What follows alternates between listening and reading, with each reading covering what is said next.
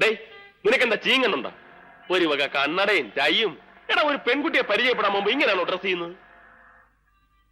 എന്താ, പെൺകുട്ടികൾക്ക് ഇങ്ങനെ സിമ്പിൾ ഡ്രസ് ധരിക്കുന്ന പുരുഷന്മാരെ ഇഷ്ടമല്ലേ? Don't the like? ഓഹോ, ഇതാണോ സിമ്പിൾ ഡ്രസ്? അതെ, എന്താ കുഴപ്പം?